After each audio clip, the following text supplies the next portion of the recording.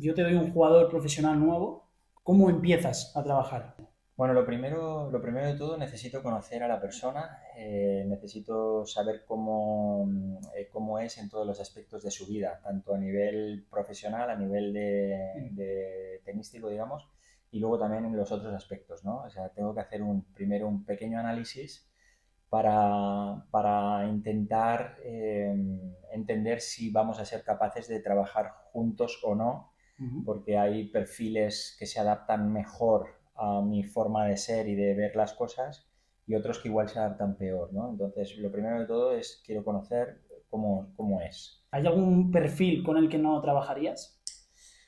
A ver, yo creo que podría trabajar con todos los perfiles, me puedo amoldar, sobre todo ahora después de tantos años, ¿no? Al Claro, final es más fácil entender y adaptarte. sí. Pero sí que es cierto que mi forma de entender las cosas y mi forma de ser va a sufrir más con un determinado Vale, perfil. vale. Por lo tanto, si puedo elegir, voy a intentar siempre tener perfiles que se amolden o que yo me amolde más a Ujú. sobre todo a la forma de ser.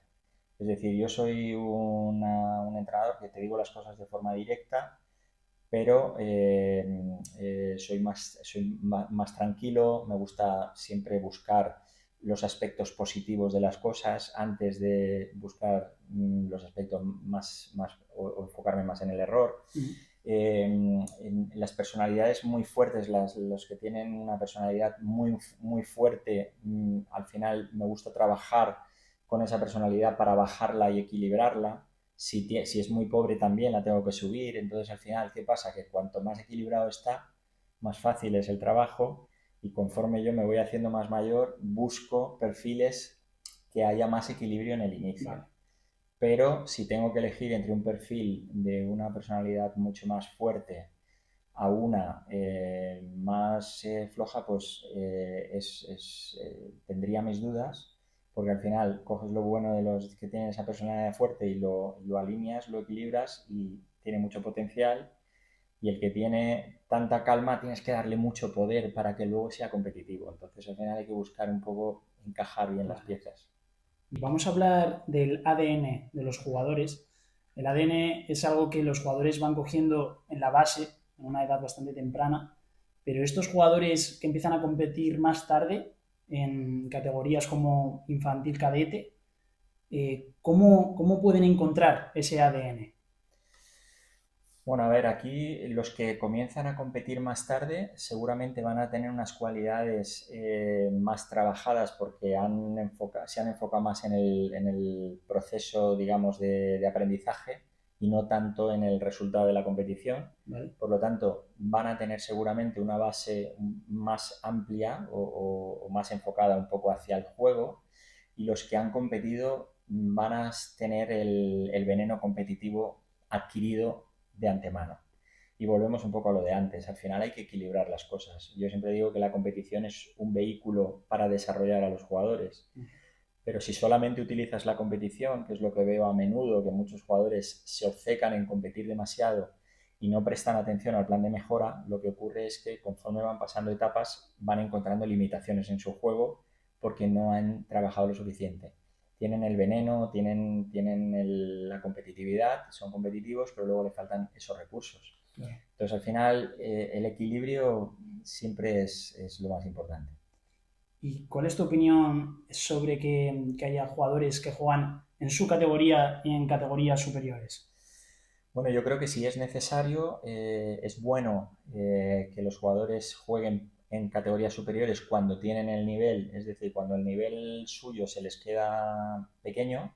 ¿Vale? Subirlos de categoría yo creo que es bueno porque van a adquirir experiencias y van a adquirir nivel que no están adquiriendo en su categoría, pero siempre es bueno mantenerlos en sus categorías en los torneos donde quieres obtener mejores resultados.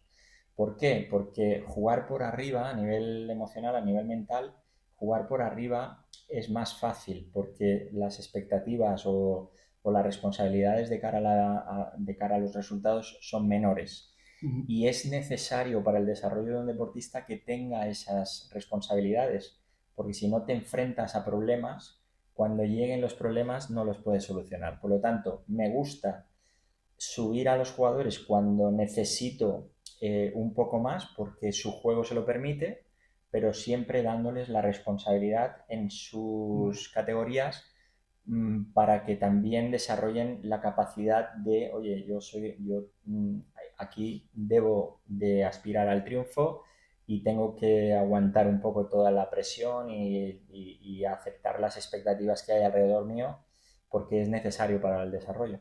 Claro. Quizás esto se veía más antes, debido a que ahora la alta competición es más exigente. Se veían muchos chicos de 14, 15 años saltando pues, a Futures, se sigue viendo en alguna ocasión, Futures, Challengers, incluso alguna ATP. Eso, aunque llegues de nivel, ¿es bueno físicamente hablando? Bueno, por un lado, a nivel físico, si no te lo permite, porque empiezas a tener problemas de lesiones, porque te empiezas a pasar un poco de rosca, obviamente ahí no, eso es contraproducente. Yo creo que al final tienes que tener cuidado. Hoy en día en la prevención de lesiones tienes que ponerle mucho cuidado, es decir, es una parte muy importante del entrenamiento, del trabajo. Y si haces una mala elección en el calendario y sometes a los deportistas a cargas por las cuales no están preparados, va a ser contraproducente. Por lo tanto, la carga de trabajo o el volumen de torneos que vas a jugar en esas categorías tiene que reducirse si físicamente no están preparados. Luego tienes la otra parte que es a nivel de juego. Es decir, si a nivel de juego yo me adapto y puedo hacerlo, pues obviamente tengo que ir equilibrando el número de partidos que juego ahí, pero tengo que hacerlo. Pero si no tienes el nivel, es mejor quedarse y jugar más partidos. O sea, al final es muy importante jugar un número de partidos que es donde realmente tú puedes poner en práctica tus herramientas y donde realmente puedes aprender y mejorar. Si no juegas suficientes partidos, por muy por arriba que juegues, 10 partidos al año no te hacen nada. Vale, vale. ¿Cuántas pretemporadas se hacen en la élite durante un año? Bueno, pretemporadas, claro, antes hablábamos de pretemporada porque se hacía una al principio del año y se le llamaba la pretemporada, pero en el tenis no se puede hacer un trabajo muy largo porque el calendario es como es, hay muchas competiciones, entonces al final vamos trabajando mediante bloques de trabajo, ¿no? Entonces, aquí volvemos un poco a lo que dijimos al principio con respecto al número de partidos y de competiciones. Hay jugadores que basan su calendario en, oye, no estoy teniendo resultados, quiero competir más, entonces van enfocándose mucho en competir, competir y competir porque no me están saliendo las cosas y se olvidan de la parte del trabajo. Y al final, si lo queremos hacer bien, tienes que encontrar la manera de que juegues los suficientes partidos y que tengas el suficiente tiempo para entrenar y trabajar sobre las herramientas que te hacen falta. Entonces, en el año, si por ejemplo hay 4 Grand Slams, pues al final yo creo que una cosa lógica sería enfocar un poco el año, dividirlo, vamos a poner en 5 etapas, en esos 4 Grand Slam más el final de año, poner en 5 etapas y sobre esos picos de rendimiento que quieres que tengas, si hablamos de jugadores de élite, en esos Grand Slam, por detrás vas a poner periodos de competiciones y periodos de entrenamiento. Entonces vas a ir haciendo ciclos de, vamos a poner 3 semanas de entrenamiento con otras 3 de competición o 4 o 3 o una cosa así a lo largo del año y lo vas a hacer 5 o 6 veces. Pero la realidad es que hay muchos jugadores que no llegan a hacer eso porque compiten más. Vale. Aunque lo suyo sería, un buen año serían unas 24 o 26 semanas, sería lo ideal. Pero hay jugadores que hacen 30 y pico. El equilibrio, ¿no? Y hay otros que son muy buenos que hacen 18. Claro. Porque les sobra con eso, ¿no? Entonces, el equilibrio bueno es el poder entrenar, llevarlo, transferirlo a la competición y luego después de la competición tener otra vez periodos de descanso activo y periodos de entrenamiento, periodos de trabajo. Y luego volver otra vez a la competición y eso hacerlo varias veces durante el año. Eso sería lo ideal. Hay jugadores que llegan a la élite siempre se me viene a la cabeza Berretini y Del Potro, que ves que llegan muy alto con un lado peor que el otro, ¿no? Que tienen mejor derecha y hacen mucho más daño con la derecha. Con un jugador de este perfil, ¿cubrirías las debilidades potenciando las fortalezas o mejorarías esas debilidades? Mi filosofía siempre digo que me gusta más potenciar las fortalezas, pero Vale. luego tengo que equilibrar las debilidades. Es decir, porque a las fortalezas, para potenciarlas, también tienes que ayudarles con la parte débil. Entonces hay un ejemplo concreto que pongo, pues, uno de los jugadores que he entrenado, que al final, y Del Potro, por ejemplo, tiene muy buen revés. Lo que pasa es que hace mucho más daño con la derecha, y su derecha y su saque es lo que... pero tiene muy buen revés. ¿Qué ocurre? Que cuando estoy constantemente quitándome con la derecha, a veces lo que ocurre es que en el revés pierdo confianza, pierdo destreza, pierdo la habilidad de adaptarme a las situaciones y de buscar soluciones con esa parte. Entonces hay que encontrar un equilibrio. Pero a mí me gusta potenciar las virtudes, porque eso es el instinto asesino, sale de lo que tienes bueno, y luego lo otro lo tienes que compensar. Vale. Cuando eres capaz de compensar, lo bueno se potencia, se dispara, y lo que tienes menos bueno lo has equilibrado, por lo tanto por ahí tampoco te pueden entrar. Entonces al final te conviertes en un jugador más completo. Esto me gustó mucho, justo ayer que escuchaba la entrevista con Tony Fonseca, lo que decías que trabajaste con Guillermo García López sobre su revés, que empezó a perder confianza y le obligaste a que pegase de revés, ¿no? Que no se quitase. Sí, a ver, lo que hicimos es, le limité las acciones con la derecha, tanto en el entrenamiento como en la competición. Y eso lo hice con dos objetivos. El primero, obviamente, equilibrar un poco que la zona al revés, que él tenía un revés muy bueno desde pequeño, su habilidad, que volviera a encontrarla, obligándolo a jugar más veces de revés. Y la segunda es que cuando ya ahí ya no tenemos esa preocupación, entonces ahora nos empezamos a quitar con la derecha y vamos a crear mayor incertidumbre y un impacto más fuerte en el contrario, es decir, vamos a hacer mucho más daño. Por lo tanto, sí que es cierto que lo tuve durante mucho tiempo, durante el entrenamiento, muchos ejercicios donde le limitaba el poder quitarse de derecha, y luego algunas competiciones tampoco le dejaba quitarse de derecha lo que él estaba acostumbrado. Y además le puse en un calendario compitiendo en pistas más rápidas contra jugadores que jugaban diferente a lo que él estaba acostumbrado, en pistas indoors, que le obligaban, sin yo obligarlo, le obligaban a estar más cerca de la línea, a jugar más veces con el revés, un poco como al ping-pong, ¿no? Como al bote Sí. pronto, porque el propio juego te lleva por ahí. Entonces eso hizo que por esa zona empezara a conseguir la habilidad de convertir problemas en soluciones. Qué Y bueno. luego cuando un día le pregunto, oye, ¿cuál es tu mejor arma? Y me suelta al revés, le digo, bueno, piénsalo bien. Entonces dice, ostras, sí es cierto, hago más daño con la derecha, pero es que me siento tan a gusto con el revés. Entonces le dije, ahora es el momento de empezar a elegir y de usar más la derecha, porque con la derecha haces más daño. Entonces ahí es donde pega un salto de nivel, porque empieza a ser más consistente en los resultados. No que gana más partidos, o sea, no que gana a mejores rivales, porque ya los ganaba. Tenía la habilidad de ganar a rivales mejores, pero de tener más consistencia en eso y de ganar más partidos. Por lo tanto, pegó un salto de nivel. Y esa fue Bueno, una de las cosas, ¿no? Se hicieron otras, pero esa sí. es una, sí. Has mencionado las superficies también, el trabajo que Sí. hacías en superficies. Para ti, si solo pudieras elegir una superficie para formar a un jugador, ¿cuál sería? Difícil cuestión, pero yo soy un entrenador que me he formado tanto en España como fuera, y me he formado mucho en pista rápida, pero también en tierra. Pero yo reconozco que la tierra te da muchas más ventajas a la hora de formar a un jugador más completo. ¿Vale? Adaptar a un jugador de tierra rápida creo que es un poco más sencillo que de rápida a tierra. No obstante, claro, me gusta mucho la tierra para desarrollar, pero luego el día de hoy es que se juega más en pistas rápidas. Lo que sí que es cierto es que las pistas rápidas de hoy en día son lentas. Por lo tanto, bueno, pues al final, si tengo que elegir una, me voy a la tierra. A la tierra. Tierra Sí, de Montemar, ahí. a la tierra de Montemar. Para los entrenadores que estén empezando o que vayan a ver a sus jugadores a partidos, ¿qué aconsejas? ¿Que vayan y sean fríos para poder analizar bien el partido? ¿O es bueno ser emocional y pasional, sentirlo?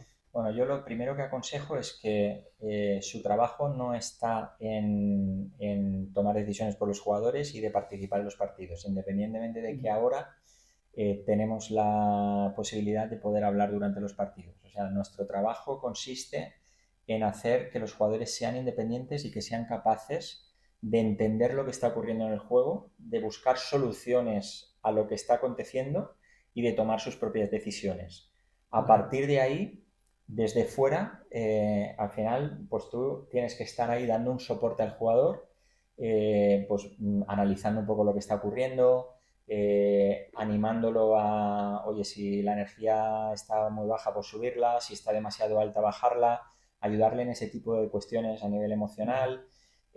Incluso en el coaching, a mí me gusta muchas veces en los partidos cuando se acercan a la toalla y les puedo hablar, hay veces que tengo que ser muy directo y darle un mensaje muy directo porque hay una situación que hay que cambiarla y lo tengo que hacer así, pero como yo considero que independientemente del nivel estoy desarrollando al jugador, les hago preguntas para que ellos piensen un poco qué es lo que está ocurriendo y si no son capaces de buscar las soluciones, o le doy pistas o se la doy, pero no me gusta darles soluciones, me gusta que busquen ellos, porque ese es el trabajo que hago con ellos cuando estoy entrenando. Estoy buscando la manera de que ellos entiendan el juego y de que ellos de alguna manera se vayan adaptando. Y obviamente el jugador sale a la pista sabiendo cuáles son sus capacidades, lo que hace bien y que lo que tenemos que intentar siempre es intentar hacer eso el máximo tiempo posible.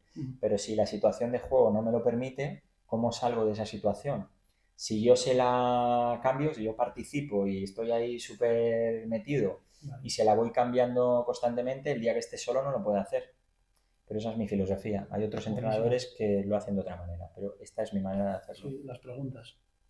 Sí, el hacerle partícipe y el ayudarlo a que vaya identificando las cosas. Y cuando ya es totalmente necesario, porque hay muchas veces que tenemos que cerrar un partido y no se está dando, o que el partido se está escapando, está cambiando y necesito hacer un cambio directo, pues lo hago.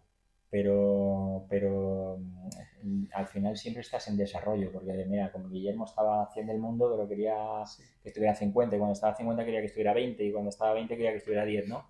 Entonces al final siempre estás en desarrollo, por lo tanto, eso tiene que ser así. Porque si al final, bueno, luego sí, hoy en día tenemos el tema del análisis notacional, las estadísticas, todo eso nos da muchas ventajas. Y hay muchas veces que dices, hostia, mira, no hagamos preguntas, vamos al grano.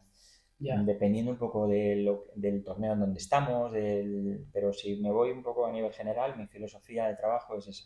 El hecho de haber estado tan arriba en escenarios tan grandes con Guillermo García, el cambiar de jugador y volver a esos futuros, a esos challengers, ¿cómo ha sido ese proceso para ti? Pues ha sido muy bonito y lo primero de todo es que, bueno, yo al final somos entrenadores. El nivel en el que trabajamos muchas veces depende del jugador al que entrenas, ¿no? Claro.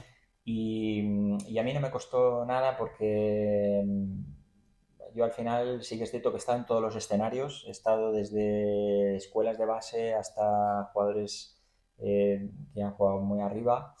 Y luego cuando cambié de Guillermo y bajé, la verdad es que al principio empecé a trabajar con jugadores de futures y me costó un poco, sobre todo la adaptación en los torneos, porque no me conocía las reglas, no sabía cómo iba todo. Yo me conocía todo lo que ocurría en el circuito profesional, ¿no? En el tour, pero allí no ocurría nada. Pero bueno, por suerte tengo colegas que me ayudaron a ir identificando cosas. Y luego a título personal, ¿no? A nivel de ego, a nivel de cómo me sentía, para mí da igual trabajar con un jugador que está a 20 que con un jugador que está 800. Para mí lo más importante es el feedback que yo siento del jugador. Si estamos trabajando en algo, hay una mejora, hay un proceso y hay una buena dinámica, yo disfruto mucho mi trabajo. Y el objetivo es diferente. El objetivo, por ejemplo, con Sun Fa Jin, cuando vino hace 3 años, era que jugara Grand Slam y va a jugar Grand Slam. Entonces llevamos luchando mucho Claro, tiempo para conseguir un objetivo que no es ni mucho menos el mismo objetivo que tenía con Guillermo.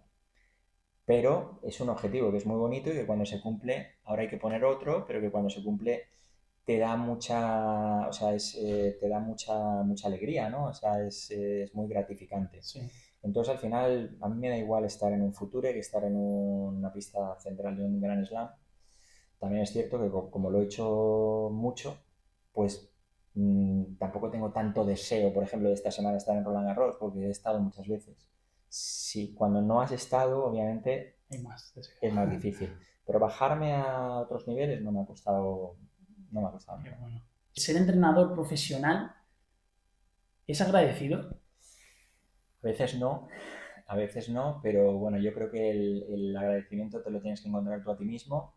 A la larga los jugadores son agradecidos, a la larga. Digo a la Vale. larga porque en el momento, digamos, en el caliente, durante la carrera, pues cada perfil es distinto, por eso hablábamos antes también un poco de con quién yo quiero trabajar y con quién Vale. no, y que para mí el tema de las personas es muy importante, que va muy por encima de eso, ¿no? Al final tenemos que las dos partes ser conscientes del esfuerzo que hace el otro.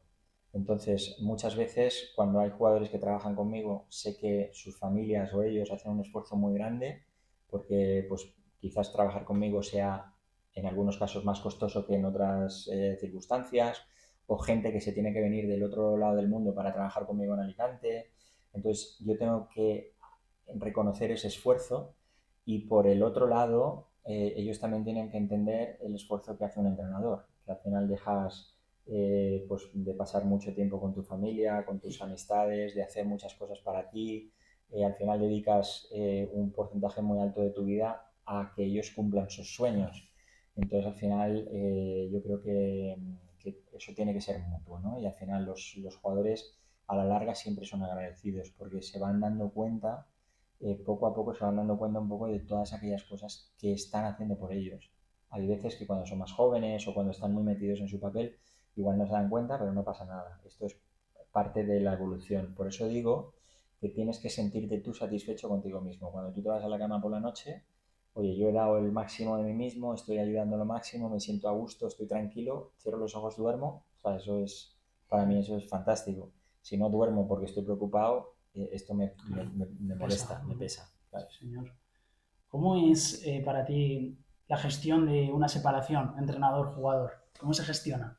Pues a ver, yo he tenido algunas y la verdad que eh, a veces cuando pasa el tiempo te das cuenta de que cuando hay una ruptura, sobre todo cuando son perfiles de gente que lleva mucho tiempo juntos, cuando es una ruptura un poco dolorosa, es porque se han dejado en el tintero cosas por hablar Mm. y porque no se ha sabido gestionar bien. Entonces eso es doloroso, pero bueno, yo no he tenido muchas dolorosas, pero siempre duelen un poco, porque siempre es una de las dos partes que o toma la decisión o muestras los sentimientos para tomar la decisión. Entonces ahí se produce un poco de incertidumbre y luego un poco de inestabilidad y uno se siente mal. Pero bueno, al final somos profesionales y lo bueno sería poder sentarse y decir, oye, yo estoy sintiendo que pues, las cosas no están bien, que necesitamos otro impulso, otro camino, cómo lo ves, cómo no lo ves, y se pueden encontrar soluciones y una de ellas puede ser la ruptura y empezar a trabajar por otro lado, ¿no? Y otras veces se rompe sin querer romper, pero se rompe porque las dos partes llegan a un momento en el que dicen, Buah, esto se ha acabado, y luego se vuelven a buscar. A mí me ha pasado. Se vuelven a buscar porque el trabajo ha funcionado, porque me voy acordando un Sí. poco de, ostras, yo con este jugador que estoy trabajando ahora, hostia, ojalá y tuviera aquel que tenía antes porque me respondía mucho mejor, Empiezas a valorar, ¿no? Un poco. porque lo tenía, estaba muy amoldado a todo, era más fácil, entonces yo me acuerdo de, ostras, estaba sufriendo en la etapa que lo dejo, Sí, pero ahora estoy sufriendo más, ¿no? Y para el jugador lo mismo. claro. Jolines, todo lo que yo había trabajado, todo lo que habíamos avanzado, todo tal, ahora es como todo es un inicio, es como que Mm. pues la adaptación a este entrenador me está costando más, o el carácter del entrenador no se amolda tan bien a mí o yo a él, y entonces hay veces que se vuelve porque bueno, pues porque dices, ahí yo estaba más a gusto. Se crean relaciones muy fuertes de entrenador-jugador. ¿Dónde está el límite de la confianza? En el respeto, en el entender a la otra persona, el empatizar con la persona, no con el profesional. Ahí es donde está el límite. Es decir, al final el entrenador le toca hacer su papel de entrenador. En algunas ocasiones tiene que inspirar, tiene que animar, tiene que ayudar, otras veces tiene que dar toques de atención, en otras veces tiene que ser muy estricto. Al final tiene que, de alguna manera, hacer su trabajo independientemente de lo que sea, Sí. para causar un impacto positivo en el jugador, en las buenas y en las malas. Y eso muchas veces deteriora la relación porque hay veces que tienes que ser muy duro. Y yo ahora, por ejemplo, yo no comparto habitación con los jugadores, pero cuando empecé compartí habitaciones con ellos y entonces imagínate, en un partido hay una discrepancia entrenador-jugador, luego tienes una charla muy dura y esa te la llevas a la habitación. Es como una pareja. Te la llevas a la habitación y te tiras 24 horas o 30 horas en el que hay un mal ambiente, ¿no? Pero cuando llegamos al respeto de decir, oye, hostia, yo respeto a este tío, está así de enfadado o está así de intenso porque quiere lo mejor para mí. Entonces tengo que empezar a valorar todas esas cosas y, oye, eso no significa que el jugador no pueda hablar, todo lo contrario. Yo quiero jugadores que me hablen, que me digan, que me presionen, que me cuenten, porque es como realmente vamos a sacar las cosas. Pero luego se cierra la parte profesional y luego ya es, con algunos jugadores eres más cercano, tienes una relación de amistad que va a durar toda la vida y con otros menos. Pero luego viene la parte de respetar un poco a la persona. Oye, mi entrenador tiene su vida, su mundo, sus cosas personales, sus cosas, y le tengo que dejar su espacio, tengo que darle también su tiempo, y al jugador lo mismo, ¿no? Entonces yo creo que ahí es donde está la línea. O sea, no es una cuestión de decir, no me hago amigo de los jugadores porque si no, no me respetan, no. Los jugadores tienen que entender al Juanma profesor, o sea, entrenador, Sí. y tienen que entender al Juanma persona. Y yo tengo que entender al jugador Sí, y al jugador persona. Y ya está. Y ahí es donde está sí, separar lo personal con lo profesional, ¿no? y ahí es donde está el límite, ¿no? Hay muchas veces que los jugadores te hacen partícipe de su vida personal porque tienen que tomar tienen que tomar decisiones importantes y muchas veces te las cuentan a ti y algunas veces te las cuentan porque tienen que soltarlas a alguien y eres la persona más cercana y otras veces te las cuentan porque en ti encuentran a veces la inspiración para tomar una solución. Entonces eso ya no es un entrenador, eso ya es un hermano mayor. Sí, Entonces, estás en el día a día también. entonces al final eso ocurre. En unos casos más, en otros menos, pero al final estás ahí. Estás 24 horas con ellos y eso ocurre. ¿Cómo haces las preparaciones tácticas de los partidos? ¿Cómo las enfocas? Bueno, me gusta conocer a los rivales, pero muchas veces hago análisis notacional de lo que de otros, hago el scouting de otros rivales y tal, pero muchas veces no doy la información a los jugadores. Vale. ¿Vale? O sea, al final, primera cosa en la que me centro es en que el jugador entienda su juego, con lo que él puede hacer daño a cualquier tipo de rival y qué es lo que tiene que hacer para desarrollar, para desempeñar su mejor juego. Entonces nos enfocamos siempre, la primera parte es en lo que necesita mi jugador para jugar con cualquiera. Y ahí hablamos de la parte táctica, pero luego también de los otros componentes que están todos relacionados, de la parte emocional y de la parte física. Dependiendo cómo está, le voy a pedir unas cosas o otras. Unas veces también le voy a pedir, oye, te tienes que enfocar en tener más calma, manejar muy bien el tema del entrepuntos en la respiración porque estás muy encendido por esto. Le voy a ir dando pautas a él como él. Y luego voy a decidir si le voy a dar información y qué tipo de información le voy a dar del rival. Porque muchas veces el jugador, dependiendo en el momento en el que está, más información sobre el rival, más difícil de gestionar. Y al final, si el plan A sale, que es desarrollar mi juego y sale bien, ¿para qué no necesito más? Y luego, si necesito darle más información, porque a veces es necesario y a lo mejor está preparado para escucharla, entonces tengo siempre pues 2 o 3 cositas en las que tiene que estar alerta para manejar un poco la situación con ese rival en concreto. Vale. Pero generalmente conozco la manera, los estilos de juego de cada uno y el momento actual en el que está. Esto lo tenemos claro. Y luego una cosa importante también es cuándo decirle las cosas. A Guillermo, por ejemplo, le gustaba que le dijeran las cosas un momento antes de salir a la pista, independientemente de que hubiéramos hablado la noche anterior y hubiéramos hablado del partido de mañana o de las Sí. cosas. A él le gustaba que antes de saltar a la pista, en el momento antes, le recuerdes las cosas y eso es como que lo tiene más fresco. Y en el caso, por ejemplo, de Fallín, él necesita que se lo diga por la noche el día anterior, porque tiene tiempo para analizarlo y Reflexiona. luego durante el día, antes del partido, él está tan en su mundo y la manera suya de gestionar sus nervios y su tensión es el silencio. Entonces no le gusta que le diga nada antes del partido en ese momento. Por lo tanto, si él no me pregunta, como yo ya Vale. lo hemos hablado, si él no me busca, yo lo dejo tranquilo, estoy cerca de él para que él sepa que estoy ahí y que si necesita algo estoy, pero tenemos todo hablado. Pero, por ejemplo, se dan situaciones como por ejemplo, el año pasado que jugó con Borna Choric en el torneo en el Master 1000 de Shanghái, Lo ganó, ¿no? que Encima. ganó a Choric y momentos antes del partido me volvió a hacer preguntas porque él salía como un plan, no sabía lo que, o sea, estaba más nervioso y entonces me preguntó y le recordé, pues este es el camino a seguir, Vale. pero generalmente él prefiere por la noche y luego silencio. Cada uno es, y eso te tienes que Lo adaptar adaptas. también. Qué Sí. bueno.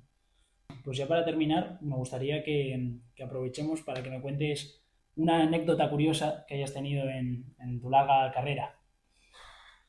Sí, pensar en una es complicado. A ver, ahora. Bueno, a ver, una anécdota curiosa y bonita es que, pues, por ejemplo, cuando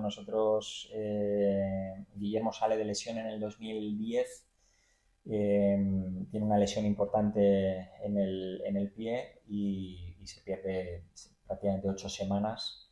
Y luego nos vamos a jugar la gira asiática. Y en la gira asiática, en el primer torneo que juega, gana el torneo y además gana a Rafa Nadal en semifinales. Y la anécdota es que, claro, nosotros habíamos montado un grupo de comunicación, gestionábamos todo el tema de la comunicación en redes sociales Sí. suyas y todo, pero claro, estábamos preparados para una comunicación normal. Lo normal era, pues oye, ha ganado un torneo, pues salen los medios internacionales de forma natural. Si hace alguna victoria importante, pues a lo mejor salen los medios nacionales y si es algo tal, pues en los medios locales Sí. en Alicante o en Albacete y ya está. Pero cuando le gana Rafa Nadal, los teléfonos de Guillermo y el mío eran como una bomba, no paraban de sonar, ¿no? Entonces la anécdota es que Guillermo durante su carrera ha sido un matagigantes, ha ganado gente muy buena, pero luego al día siguiente había en las etapas primeras le costaba competir al mismo nivel, porque era como que he ganado mucho, hay mucha euforia y al día siguiente me cuesta más. Ahí ya lo había mejorado, pero ese día me acuerdo que le dije, oye, vamos a meter los móviles, no atendemos a ningún medio, vamos a dejar los móviles fuera y vamos a responder cuando se acabe el torneo. Nos queda todavía trabajo por hacer. Vale. Entonces nos olvidamos de los móviles, nos fuimos a cenar, hicimos nuestra rutina, nuestras cosas, móviles fuera, redes sociales fuera. Y luego ya después, cuando acabó la final y ganó el torneo y nos fuimos al aeropuerto de Bangkok para volar a Tokio, que jugó Tokio a los 2 días Sí. siguientes, pues en el aeropuerto empezamos a contestar a todo el mundo, 2 millones de los dos con entrevistas con Claro. medios nacionales, atendiendo medios y atendiendo gente, 24 horas más tarde de las semifinales con Rafa Nadal, pero con el título en la mano. La Qué que buena, me, tío. la que me viene Qué a la bueno. mente. Eso, claro, lo llaman matar gigantes. ¿Él tenía la sensación de que estaba al nivel de esos gigantes? Sí, a ver, él cuando yo aparte le he preguntado algunas veces, mira, él cuando le gana la primera vez a un jugador muy consagrado, que yo no estaba con él, en ese momento él estaba entrenando en la academia de Elite Ajá. y en ese torneo estaba con Andrés Bruno, con un chico uruguayo, él le gana a Andrea Gassi en Del Rey Beach. Yo recuerdo que luego le pregunto, obviamente tengo relación con él en ese momento también. Sí. Yo recuerdo que le pregunto, oye, tú antes de jugar con Agassi, ¿qué piensas? Y él me dice, yo pienso que tengo una gran oportunidad. Qué bueno, tío. Entonces, al final, yo no entro a la pista pensando que este es Agassi y yo voy a perder. Yo pienso que yo tengo una gran oportunidad de ganar un tío bueno. Entonces, claro, por eso luego a lo largo de su carrera tiene muy buenas victorias, porque al final él puede jugar de tú a tú con todos. Él entiende que puede que todos los que están en el circuito son ganables y que él es ganable con todos. Ajá, vale. Por lo tanto, al final, oye, juego, yo tengo una oportunidad de ganar y cuando juego con uno que tiene peor ranking que yo, me tengo que espabilar porque este tío me puede ganar. Pero respeto a todos, pero yo me siento con la confianza de que si hago mis cosas, Bueno. voy a tener mis oportunidades. Mentalidad, todo pesa, ¿eh? Mentalidad, claro. Bueno. Es que esa es la diferencia de ser un jugador bueno, es decir, de llegar a lo máximo o no llegar. Porque al final habilidades como las suyas o cualidades como las suyas igual hay muchos otros. Pero luego los jugadores como él, como Ramos, Carballés, o sea, te estoy mencionando jugadores de un perfil medio que han conseguido llegar a top. Entonces esos jugadores al final lo que les marca la diferencia es que ellos se sienten capaces, trabajan para ser más capaces todavía y lo hacen con determinación. Y hay otros jugadores que tienen muy, muy buenas capacidades, pero no sienten que tienen esas capacidades y no lo hacen con tanta determinación. Entonces la diferencia está ahí. Bueno, tío. Señor Juanma, ha sido un placer escucharte. Muchísimas gracias. En serio, un placer. gracias, maestro. Muchas gracias.